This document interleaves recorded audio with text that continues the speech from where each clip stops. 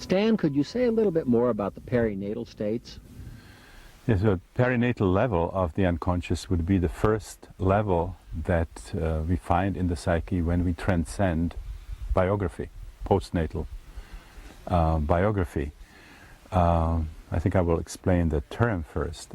It's a Greek-Latin term composed of the prefix peri, which means around or near, and the Latin natalis, which means pertaining to childbirth. And this is used in medicine to describe situations and conditions associated with birth, with biological birth, something that immediately precedes, is associated with, and immediately follows biological birth. So the obstetricians talk about perinatal hemorrhage, perinatal infection, perinatal brain damage. Of course, you never hear about perinatal experiences, because the idea in Western medicine is that there's no consciousness at birth. Birth doesn't matter, it's not recorded, it's not experienced.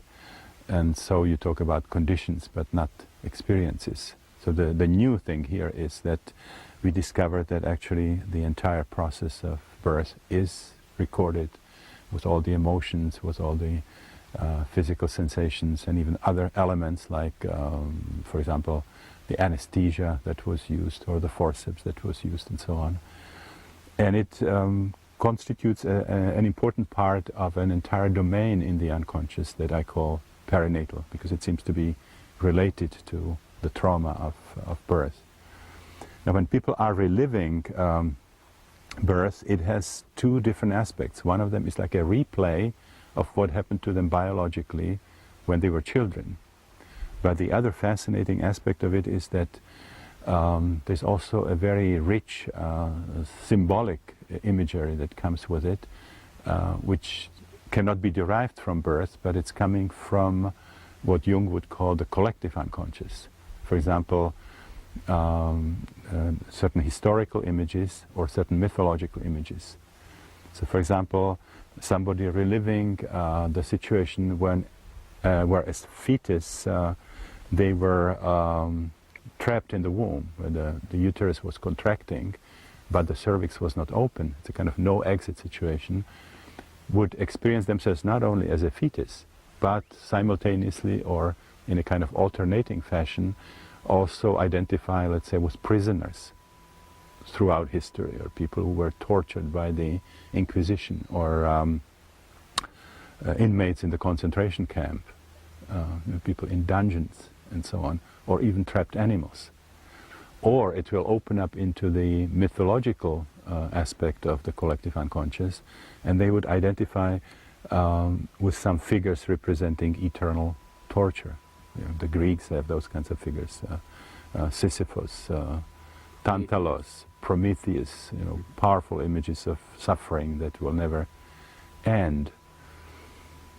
Or they would even identify with sinners in hell. They would have images actually portraying hells as they are described in different cultures, Oriental or Islamic or Christian. So it's very, very interesting that in the context of reliving of biological birth, there's an opening into the collective unconscious. When, let's say, the process moves and they would be reliving the stage where the child was fighting to get through the birth canal, when the cervix was already dilated, was open, there would be other kinds of images. For example, suddenly there would be images of revolutions, French Revolution, the Bolshevik Revolution. Enough of oppression. We are going to overthrow the tyrant. We are going to free ourselves. We are going to all breathe freely. Those are the slogans in all major revolutions. And again, in terms of the mythological unconscious, or archetypal as Jung calls it, suddenly there would be mythological images of deities representing death rebirth. Because our own, you know, model in this culture, the Judeo-Christian culture, would be Christ suffering, death on the cross, and then resurrection. But some other people would go into other cultures, whether they know them intellectually or not, whether they're familiar with those mythologies. So, for example, Osiris would be the Egyptian counterpart, or it could be Attis, Adonis, it could be Dionysus, and so on. This comes from different cultures, again from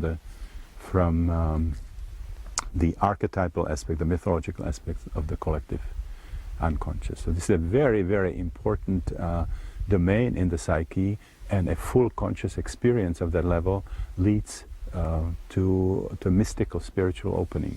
You use the term re-experiencing or reliving experiences as opposed to simply remembering experiences.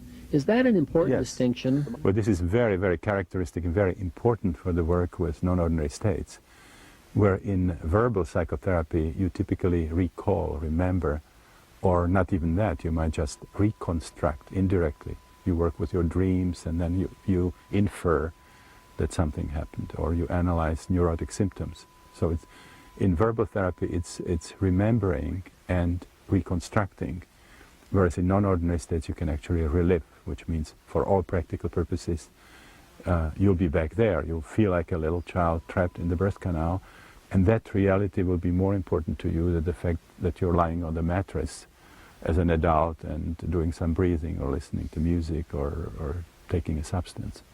And in the process of re-experiencing, people can actually connect with other cultures with which they weren't even familiar intellectually or cognitively before they went into these states. Yes, you see, in the perinatal sessions you get the mixture of the biological but also of the elements from the collective unconscious that can be coming from history, where you suddenly are in another culture, in another century, or the experience takes you into the mythological aspect of the collective unconscious, and you will be connecting with mythological realms, with mythological personages.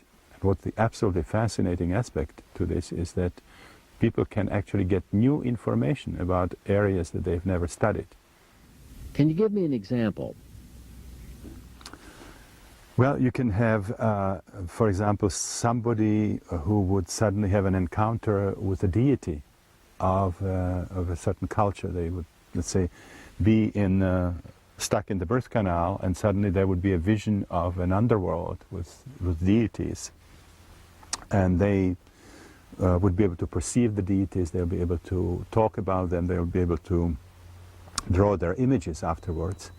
And they might be able to say, it was like something Middle Eastern, something possibly Babylonian, but you know, this is all I can say about it. And then they go into the handbook of mythology, Sumerian mythology, and they found out that for all practical purposes they had visited the Sumerian underworld. They sort of know the deities, they understood their functions. This all came from the collective unconscious.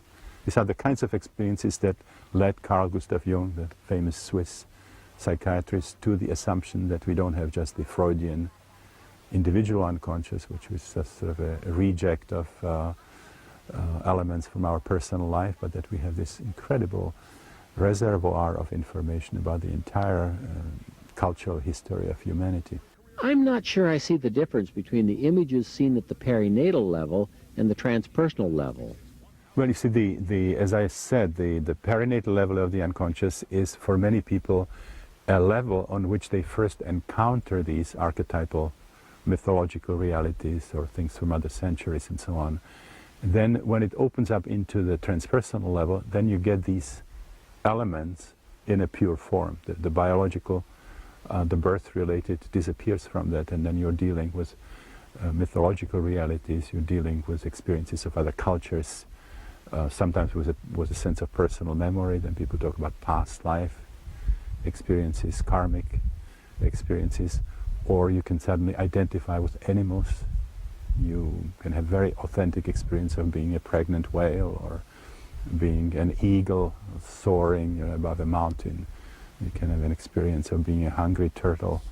I mean, you can just become anything that is part of space-time or that is part of the mythological realm of the collective unconscious. This is so difficult for those of us brought up in the Western scientific tradition to even acknowledge the existence of these things or to try to fit them into our beliefs, that it's tempting to think that psychedelic substances or these rituals may induce a sort of non-critical kind of imaginary state in which people have such vivid images that they actually believe that they are real. That seems in some ways more credible than to believe that they actually are real. I mean, are they real or are they purely imagination? Well, you know, these experiences are known to traditional psychiatrists, and there are, you know, some nuances in the positions in relation to these experiences. One extreme position is these are all psychotic phenomena, and the idea is that some kind of pathological process acts on the brain, and it just comes up with this kind of phantasmagoria that really doesn't have any meaning, and these states are not worth studying, which is pretty much what has been done. Now, to me, it's bizarre to try to explain these experiences by brain pathology. You know, if we can look at a computer, I mean, if you damage a computer, all that you're going to get is a jangled program. You're not going to get another strange, comprehensive program. So the idea that some kind of pathological process influences the brain and makes you identify with the dancing Shiva, and suddenly you will understand everything about what is there to know about that aspect of Hinduism. It's just not a very scientific and very believable way of thinking. As long as we are stuck with the kind of materialistic paradigm, we don't have many alternatives. Another way of looking at it would be, and some people say, well, these experiences are very interesting, but basically nothing new can be discovered in these states. In other words, if there is some information, it must have come into the brain in this lifetime through the ordinary channels. People like Carl Sagan, when they respond to this material, or even Margaret Mead, with whom I discussed it, they say, well, you know, in our culture, children watch, I don't know, 6 to 8 hours of television a day. They're exposed to a lot of stuff at school. They go to movies. They read books and so on. And somehow the brain records it all, and then in a non-ordinary state, it all gets sort of mixed up, and then it kind of gets kind of recombined, and you get these stories that have some element of truth, but whatever is relevant information in it must have come from a NOVA program, or, you know, this cannot be just sort of a direct access to information about the cosmos. Now, I have when I talk to audiences, and particularly to people who are, you know, these inquiring skeptics, it's very difficult to convey to them something that in me took a long process. I mean, I have been studying non-ordinary states for 37 years, you know, almost daily. And so when I say something like this, I can back it in my own memory by hundreds of stunning observations where it was very, very unlikely that people could get access to this information. And then I'm in a position where I have to condense it in a couple of sentences and sort of shoot it at somebody. And of course it's implausible. I mean, it took me, you know, years even having the experiences and seeing them daily in other people. The straitjacket of the Cartesian Newtonian thinking that I was brought up with, you know, in medical studies and so on, was so strong that I would first question my sanity and my own observations before I would question that system. So you can see why these ideas are difficult to accept. You went through the same process yourself, having been scientifically trained, actually in Czechoslovakia, which I understand was also officially atheistic. We really got the pure materialistic doctrine, like everything that smacked of mysticism or idealism was either censored out or it was ridiculed. Now, you know, there is an interesting point, which is when those experiences happen, to try to really assess whether or not the person could have had access to that information. And in some, you know, some experiences it's not necessarily easy, or it's not possible even. But there are, once in a while, there is an observation that's really so astonishing that it just doesn't leave you any other explanation, that there is a serious phenomenon that deserves to be studied. I had situations where people would experience something from the 17th century and trace themselves to a particular person, and then a father whom they haven't seen since they were 3 years old, when the father left, in the meantime did a family pedigree, which you can do in Europe because the birth records are kept. And they would meet father after having had these experiences, and the father would show them the pedigree and tell them that their family actually had this ancestor, with whom they identified. Or there was another experience which was from the Spanish-English War, where somebody relived himself as a priest who was with Spanish soldiers in a fortress which seemed to be in Ireland, and they all got killed. As one of the visions, he saw his seal ring with initials, and he painted it actually after the session, and then later was able to find out in historical archives that he was actually experiencing elements of a specific battle. He was able to find out that these soldiers had a priest with them and got the name of the priest, and the initials of the priest's name actually matched the initials that he painted on this seal ring. So those are peculiar synchronicities, and just to say this is coincidence is very, very unlikely. Can you think of any other experiences that simply can't be explained by our normal scientific view of the dimensions of the psyche? I can think of at least one very significant category of experiences, and those are out-of-body experiences. We have seen that in the breath work, we have seen it in psychedelic sessions, and there's a very, very important domain where they are observed quite regularly, and that's thanatology, which is the science of dying, death and dying. And those are experiences where people simply leave their body and they can perceive the environment from some other angle, or they can even perceive something in remote locations. So there's now increasing number of observations of people who experienced a near death or clinical death experience, for example, on an operation table. And while the team is trying to resuscitate them, they have an experience of their consciousness separating from the body and kind of floating around and maybe precipitating near the ceiling.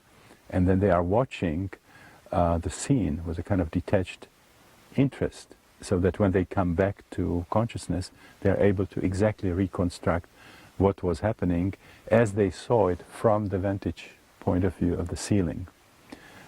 It's possible for consciousness to go to another room of the building, or maybe even to a location which is 200 miles away, and give an accurate perception, something that can later be verified.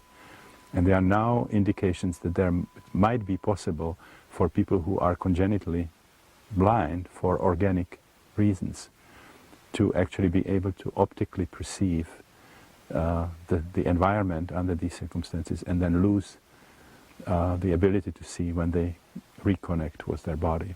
So those are very easily verifiable experiences, and there's simply no way you could account for it in the traditional thinking, where consciousness is something that's produced by the brain, that's bound to the brain, because it shows that human consciousness can clearly function independently of the brain and retain all the perceptual qualities.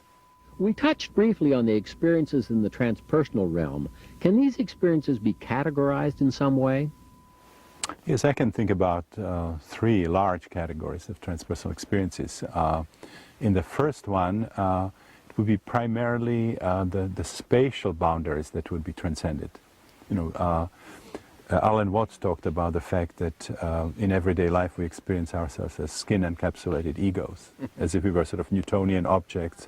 We are enclosed in the skin, and something that's quarter of an inch from our fingertip is not us anymore. So in this first category, we transcend this sense of identity. It's as if our consciousness and sense of identity is kind of leaking out of the skin-encapsulated ego, and we can become other people, or become unified with other people, or experience a group consciousness, experience ourselves as all the mothers of the world, or all the children, or all the soldiers of the world.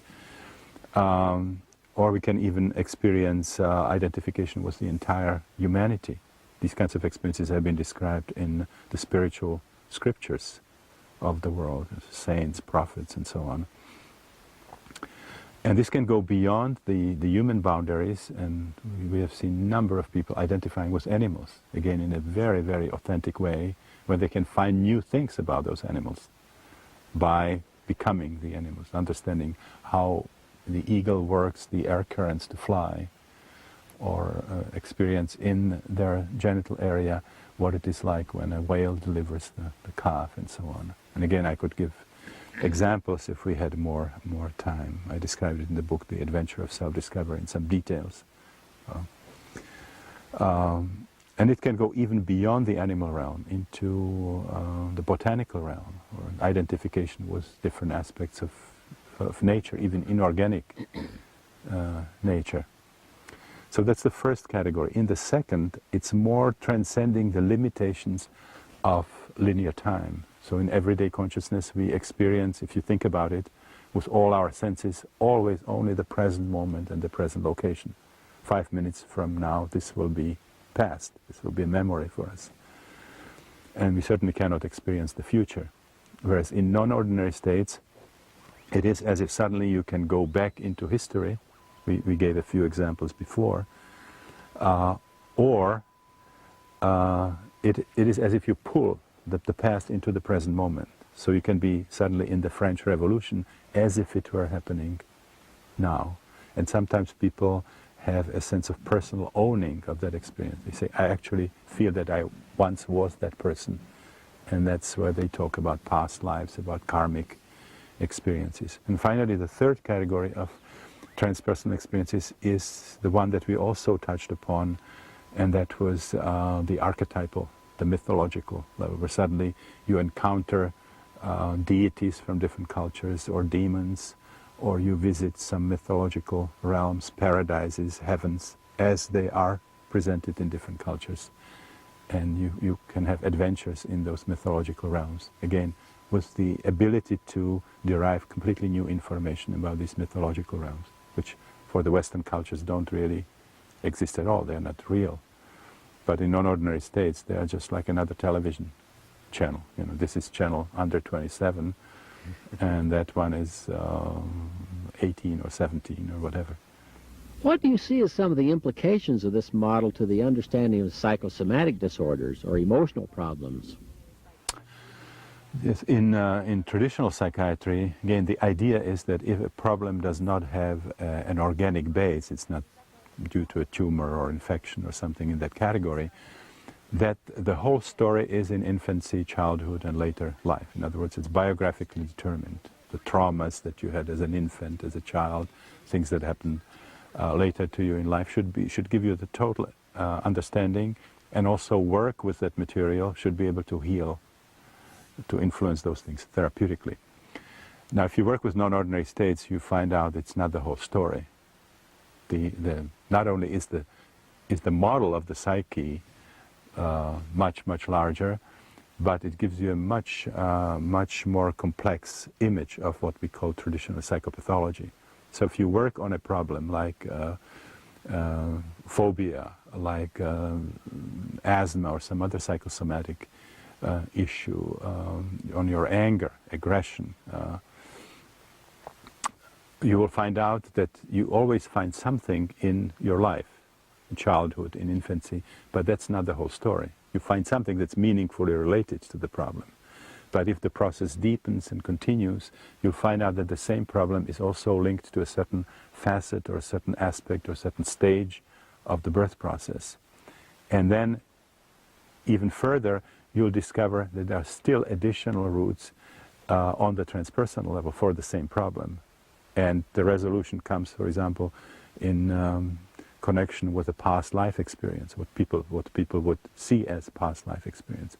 Or part of your work on the anger would involve identification with animals, with wolves, with some kind of predator felines, and so on. Or you will have to allow a Jungian archetype to emerge fully. In other words, the resolution will come in connection with some mythological realities. So the symptoms in this understanding have a kind of multi-level, multi-dimensional structure, and in order to really get rid of them in a relatively short time, you have to have a broad enough context that allows people to have any kind of experiences that seem to be meaningfully related to this symptom.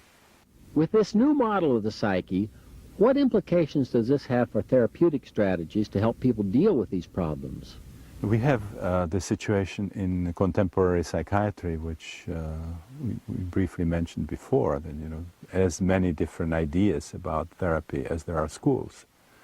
So for the same problem, depending on where you go, you would get a totally different treatment. The work with non-ordinary states kind of gives us some interesting insights what a significant alternative might be, and it supports something that was already said before by Carl Gustav Jung. Basically, that it's not possible to fix somebody's psyche by using your intellect, because the intellect is just a small fraction of the psyche. The psyche in this understanding, or the Jungian understanding, is cosmic. It's anima mundi, as you know, the mind of the universe, as Jung calls it. And so it's impossible to use a fragment of the psyche and think that you're going to understand the totality of the psyche, or that you're going to be able to manipulate the psyche in any way you would like to. Now, the significant alternative that appears in non-ordinary states is that the non-ordinary state seems to function like a radar.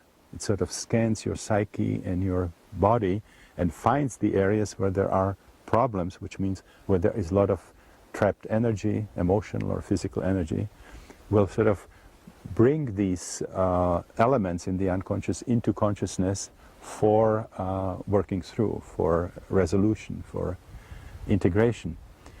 So that this non-ordinary states automatically activates something like inner healing intelligence, an inner healer, if you want to personify it.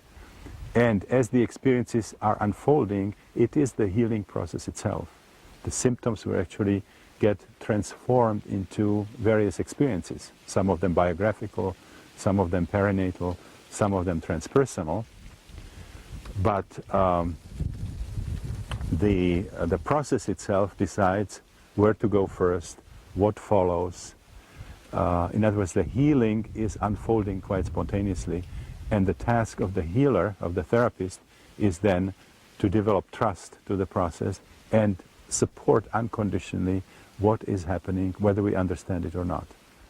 This must be a very difficult leap for some therapists who come to the therapeutic situation with some model in their mind of what the problem is and how to convince the client that he has this problem.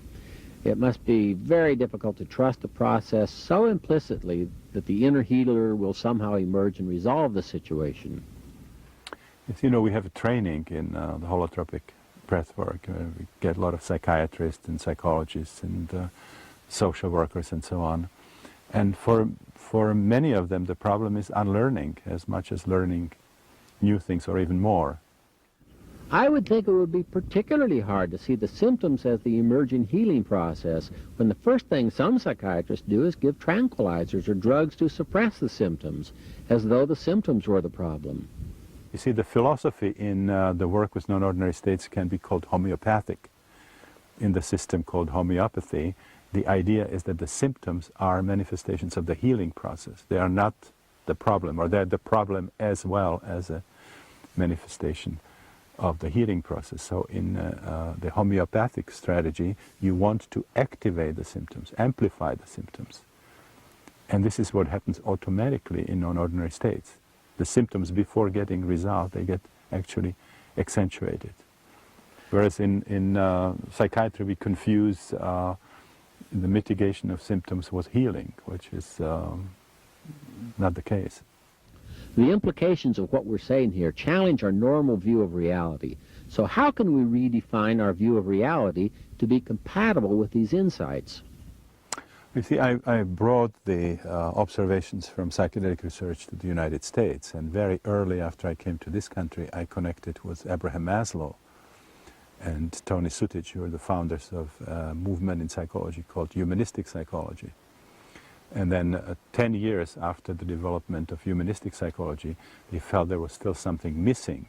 Humanistic psychology talked about self-actualization, self-realization, broad experiential techniques into psychotherapy and so on.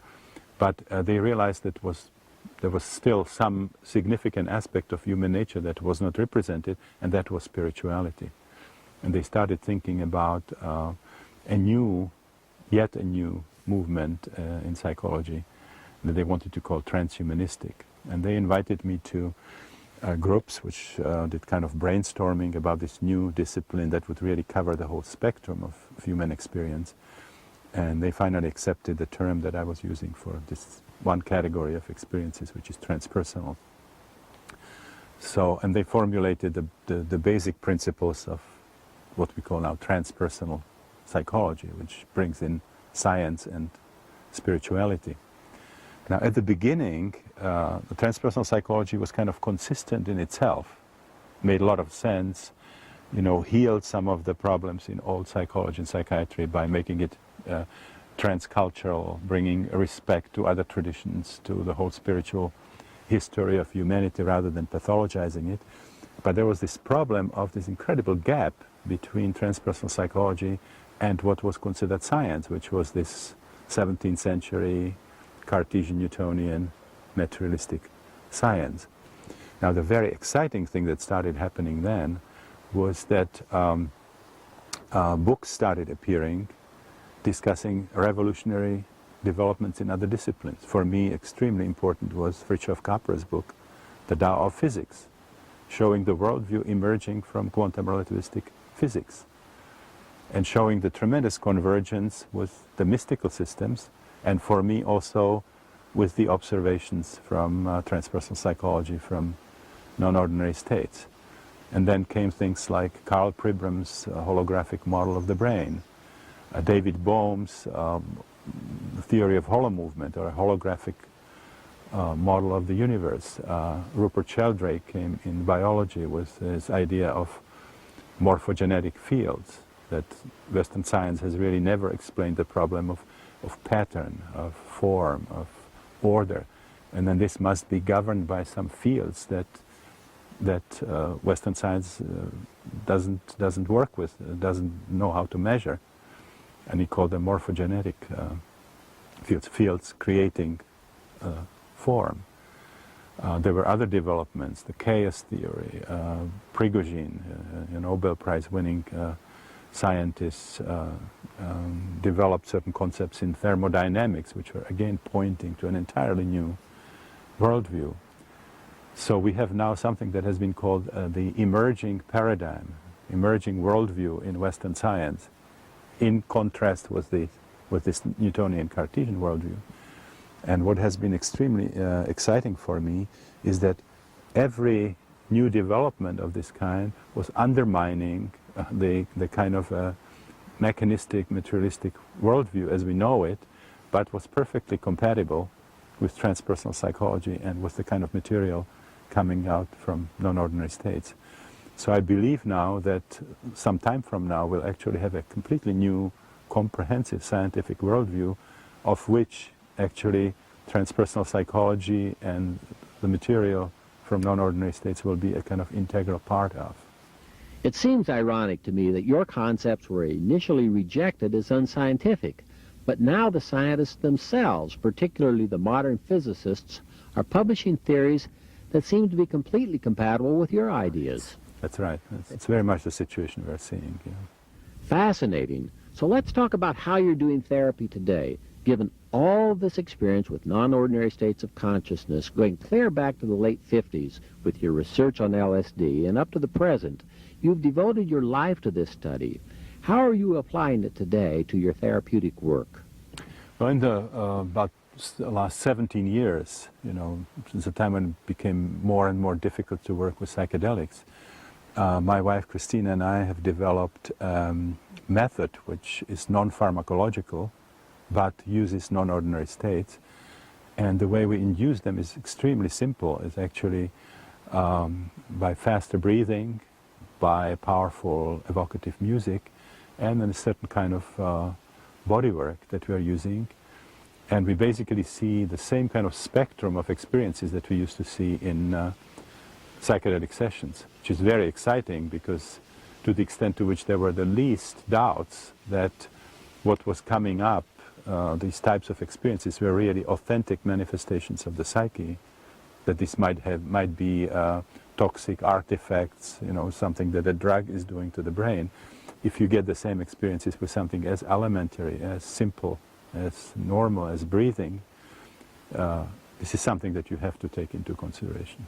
You can ignore observations from the work with an exotic group of substances, but you cannot ignore what happens to people when they do a little more breathing. And what do you see as the broader implications of this work? I'm very concerned about the situation in the world, as we all are, about the crisis that we are facing on a global scale. And I think many people in the transpersonal field, including myself, feel that there's not much hope if we approach this problem just with the strategies that are an extension of the old strategies that created the problems in the first place, the ecological problems, the political crisis, and so on. And I think the feeling is that basically the crisis reflects a certain stage of evolution of the human species, evolution of consciousness, and that to really change the situation in the world, some kind of deep inner transformation has to come. And I see really the work with non-ordinary states to be one of the very significant ways of inner transformation in the right direction. Whether we are talking about systematic spiritual practice, whether we are talking about work with some powerful forms of experiential psychotherapy, like the holotropic breath work, whether we are talking about participation in shamanic rituals with some Aboriginal cultures, or even proper support for people who have spontaneous crisis of spiritual opening. Many of those people these days are hospitalized and get tranquilizers, and I believe that these states can be supported in a way that is conducive to healing and to transformation. Christina and I are using the term spiritual emergencies for these states of psychospiritual crisis. So if we look at it from the global point of view, it's very, very exciting for me to see that so many people these days are getting somehow involved in serious self-exploration, including self-exploration that includes non-ordinary states of consciousness.